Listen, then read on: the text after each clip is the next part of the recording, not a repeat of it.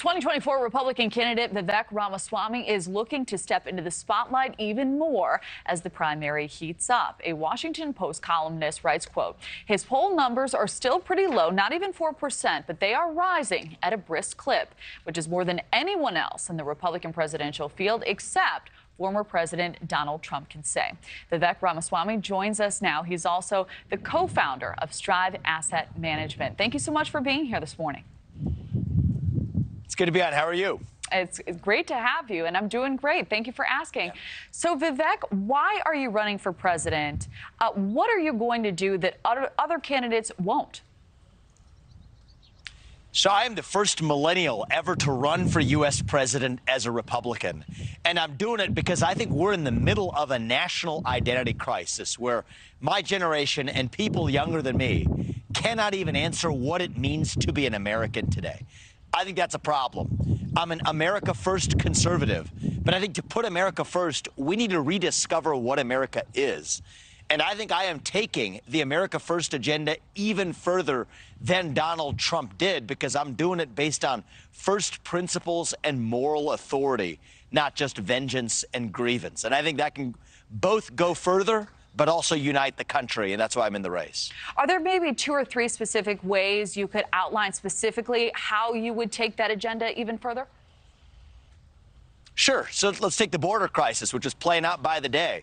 14,000 plus illegals crossing the southern border. I don't think a wall is sufficient. I would use our own military to secure our own border rather than use it to secure somebody else's border halfway around the world. I don't think the Department of Education, for example, can be reformed around the edges.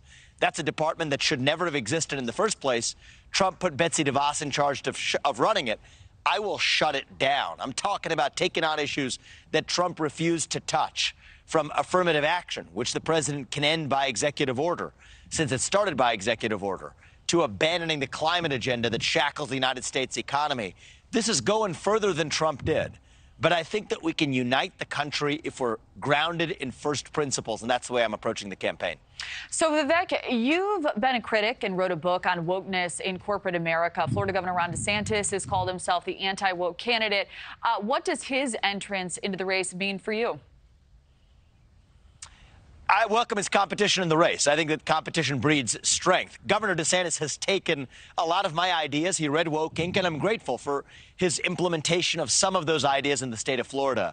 But I think we live in a moment where you need a visionary in the role of the president, not just somebody who's an executor. And I think part of Governor DeSantis' tenure in Florida reveals why. He was the actual governor who signed into law some of the very crony capitalist privileges that Disney enjoys that he later railed against and canceled. That's not a criticism of him personally. I just think it's a professional politician who's following instructions given by someone else, following a vision set by somebody else. I don't think that's actually what the country needs right now to lead us out of a national identity crisis. I also don't just call myself an anti-woke candidate. I'm addressing a national identity crisis. And I think a lot of Republicans, I think Governor DeSantis falls in this category. They're running from something. I'm running to something, a vision of what it actually means to be an American that dilutes the woke agenda to irrelevance. That's actually how we win, not just by being anti-woke, but by being unapologetically pro-American, pro-excellence. And that's what we stand for in this campaign. All right. So to piggyback off of those comments, just a few weeks ago, former President Trump posted on Truth Social, the thing I like about Vivek is that he only has good things to say about President Trump and all that the Trump administration has so successfully done. This is the reason he is doing so well.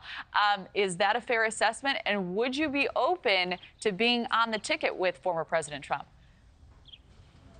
I'm running for the presidency. Top job is the way we have the maximal impact. As Reagan did it in 1980, that's what I'm running to do in 2024.